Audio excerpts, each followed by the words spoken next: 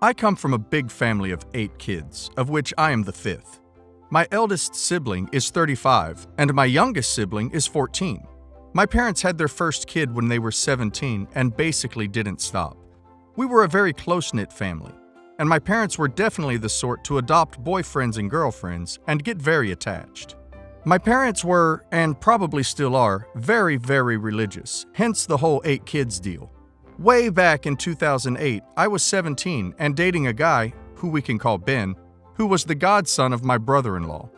We had grown up together and started dating when we were around 13, so 4 or 5 years, because my family had always sort of pushed us together. Ben was very close to my parents. They saw him as a second son and all of that other Taylor Swift cliché stuff. We were super different people, and that sort of culminated in me cheating on him with a guy, John, I vaguely knew through a friend of a friend's older brother at a party.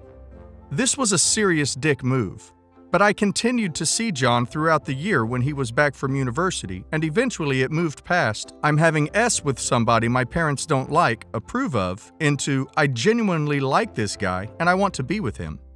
I tried to break up with Ben a few times, and it didn't go very well. But the whole clusterfuck eventually culminated on my family walking in on me having S with John on the couch in our basement. I don't want to excuse this behavior because it was super wrong and horrible of me, and I regret being the girl who cheated on her long-term boyfriend. We were the couple who were voted most likely to stay together because we were so close and had been together for so long. This was all compounded by the fact that John had a reputation and wasn't the greatest guy in high school, which is all my parents knew about him. To make a long story short, I was kicked out by my parents because of what I'd done to Ben.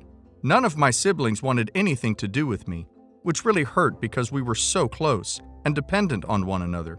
And my youngest siblings, my sister closest to me in age, weren't allowed to have anything to do with me. My siblings also told most of my relatives exaggerated versions of the story, in which I was a W who had slept with half the town and Ben was in a very bad place because of what I had done.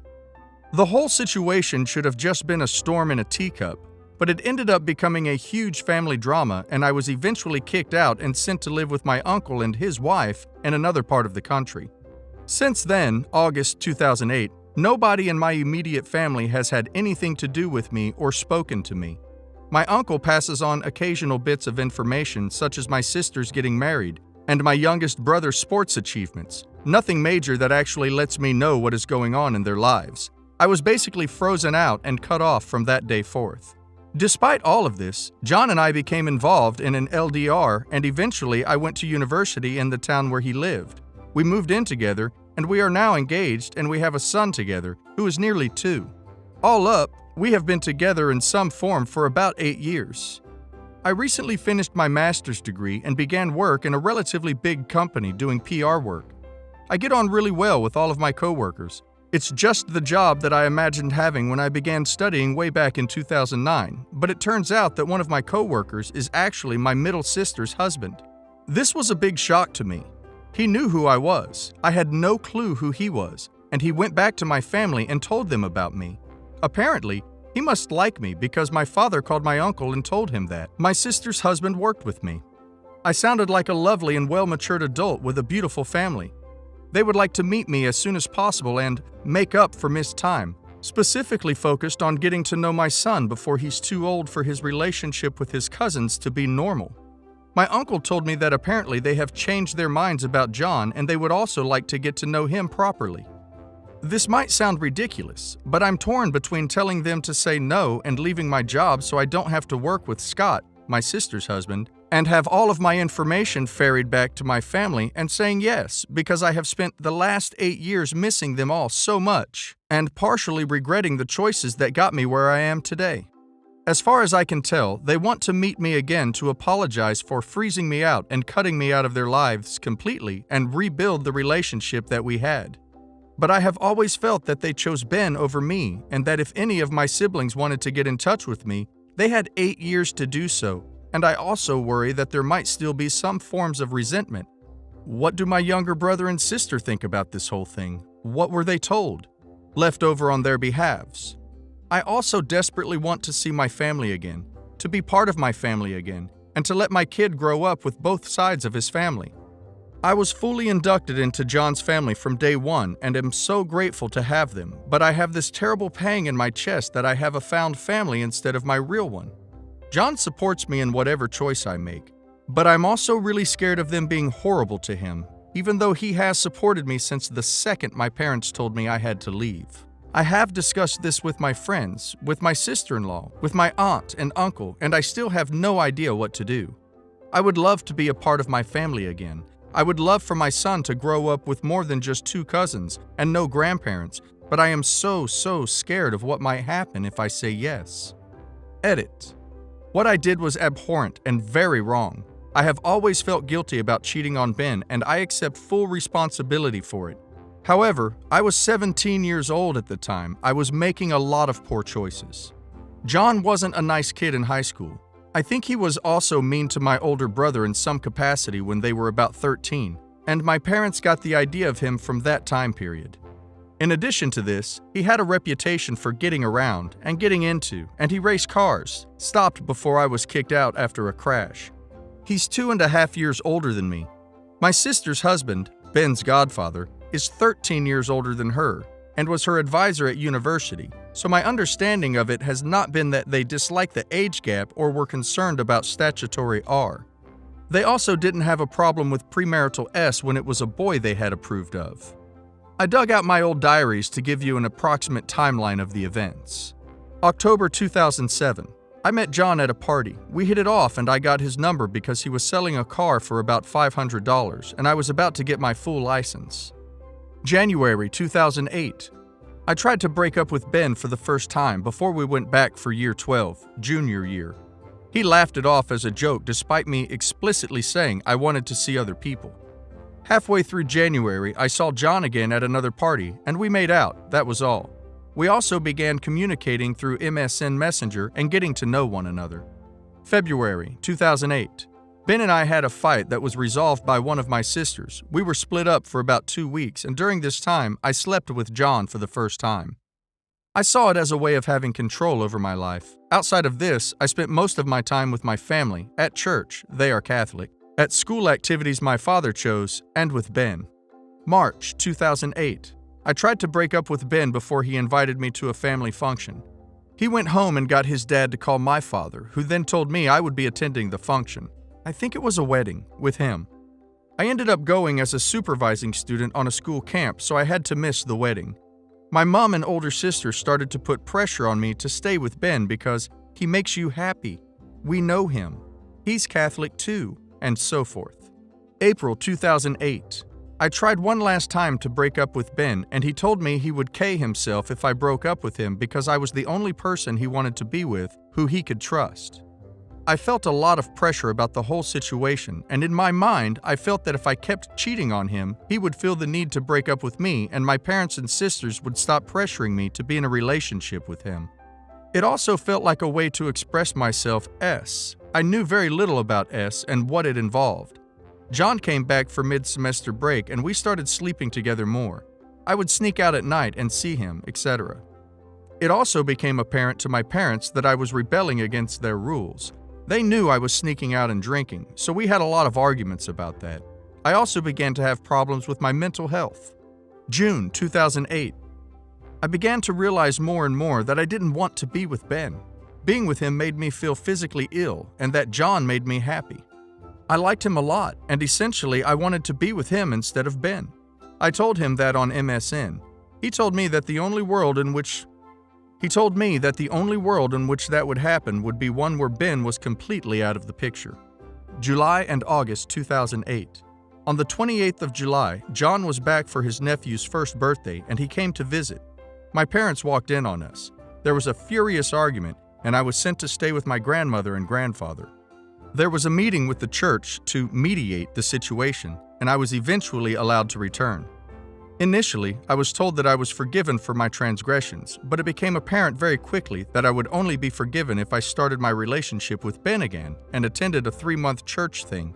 For sinners, I honestly can't remember. I said no. This led to an argument with my older brother. He hit me across the face and I was asked to leave the house. My parents didn't speak to me on the way to the airport, but I assumed that I would be asked back after things had settled down and the dust had cleared. But from then on, I was completely cut off. I'm sure that my uncle has passed on things about me, but I doubt that he said anything major. He and my father really don't get on well at all. I will be calling my aunt tonight to ask what has happened on that front. My wife and I are empty nesters, living in a good-sized 4-bedroom house. Our daughters are in their late 20s and moved out years ago. We talked about downsizing, but never seriously did anything about it. Early this summer, my brother-in-law was fired from his fairly good-paying job and was denied unemployment from his employer for some type of unethical actions. I don't really know what he did, just that he and a couple others did something shady. Their credit is terrible, a bankruptcy in the past, and they really never lived within their means. They have 2 boys, 8 and 13, and 2 good-sized dogs, so their little house was very cramped. They wanted a larger house but couldn't get a loan and had no money for a down payment. Somehow, they convinced his parents to allow them to build a larger related living style house around the parents' small ranch house, and he's been building it for the past year or 2, as time and money allowed. Now they have a half-finished huge house they can't move into and have to put their current small home for sale to finance finishing the construction on the new place. To make matters worse, their current house is actually owned by his wife's brother, who bought the house from them so they would not lose it when they went bankrupt, and they have been paying him the mortgage and promised to let him have any profit from the sale. My wife asked me back in June if they could move in with us until the house was completed so they could fix up their current tiny house for sale. I balked at first, since we already have 1 large dog and didn't like the idea of having 3 dogs, 2 kids, and 4 adults living in my house for an undetermined amount of time. My wife talked me into letting them move in, since we have 3 extra bedrooms, and we regretted it ever since. It started off not too badly, but now it's been 4 months, and my brother-in-law is no closer to getting a new job and is only interested in finding another management job, even though I'm sure his previous employer is bad-mouthing him. He currently does side jobs for another of my wife's brothers who does construction demos, siding jobs, etc. My sister-in-law works part-time as a doctor's office receptionist and makes probably just above minimum wage. All her money goes toward food and gas for their cars. We don't charge them any kind of rent, hoping they can put the money towards finishing the new house construction. The shit hit the fan, so to speak, when they could not pick up their dog's shit from our backyard so I could mow the lawn. I offered to pay my 13-year-old nephew $20 a week to mow the lawn, but he didn't want to do this because it would interrupt his video game playing. When I saw my wife picking up the dog shit while her sister was getting ready to leave the house, I exploded. I told her that if she couldn't pick up after the dogs would have to be sent somewhere else. She got upset and replied that she had no place else to send the dogs. One of the dogs is black, and the house now not only smells like a kennel, but there is black dog hair all over the floors that she won't vacuum up unless my wife tells her to. My sister-in-law and her husband then decided to take his mother's offer of a loan against her retirement money to help financing finishing the house, so she wouldn't have to live with us mean people. Now, 4 months later, they are still here. She no longer really talks to me in the house, comes home from work, and goes straight upstairs to her bedroom to watch television. I guess I'm the bad guy. Her 8-year-old son is left with my wife and I when they come home while his mother is upstairs in her room. Our family room now has toys scattered all around and has 2 bins of Legos, action figures for his amusement. His mother doesn't clean up after him, doesn't tell him to clean up after himself, and leaves the job of putting him to bed at night to her unemployed husband. I'm a big fan of HBO original TV series, which of course are not fit for kids to watch. My nephew also doesn't really have a bedtime either, and I have to tell him to leave the family room sometime between 9 and 10 p.m. so I can finally get around to watching some adult content before going to bed. I honestly don't think they realize what a shitstorm they leave in their path, but just expect everybody to help them out. She's the baby of the family, and my wife said she has always been this way. I guess what I'm looking for is some outside perspective. How do I get rid of them? Am I being too hard on them? This is affecting my relationship with my wife because she feels like she is the only person in the house taking care of the place while I'm at work. Any suggestions? Help. Well, it all finally came to a head about a week after my previous post. On a Saturday when I wanted to mow our lawn, my wife asked my sister-in-law to pick up the dog poop. Sister-in-law texted my wife back and stated that she picked up about a half a grocery-sized bag up and told my wife that she could get the rest. This reply really upset my wife and I, so we decided their dogs had to go. My wife phoned my brother-in-law and explained that we had had enough. It was getting too hard to have 3 dogs in the house and to make plans to move the dogs elsewhere. We were on our way to meet our daughter and son-in-law at a restaurant about an hour from home. They had just announced they were expecting their first child, our first grandchild. 5 minutes later, my sister-in-law calls my wife back asking what's the problem, etc., and they get into an argument of what was going wrong. It ends with my sister-in-law telling my wife that if that is the way we were going to be, she was moving her family out of the house as well. She then texted my wife that living in our house, she became to believe that she didn't like the way I treated my wife, and that she noticed it, but that my wife was blind to my treatment of her. Now this upset me even more. I was through with my sister-in-law. When we got home from our dinner out, the dogs were gone and so were they. My wife was upset, but we were both relieved they were gone. Finally, some peace and quiet in the house. They ended up taking their 2 dogs to my brother-in-law's parents' house, where they were constructing their new home. Now my brother-in-law lives at his parents' house with the dogs and the oldest teenage son. My sister-in-law at first moved into her parents' 2-bedroom townhouse with their youngest son and traveled between the 2 locations. So now they have spread their inconvenience to both their elderly parents and their kids just because my sister-in-law was too proud and lazy to pick up after herself and her dogs while in my house.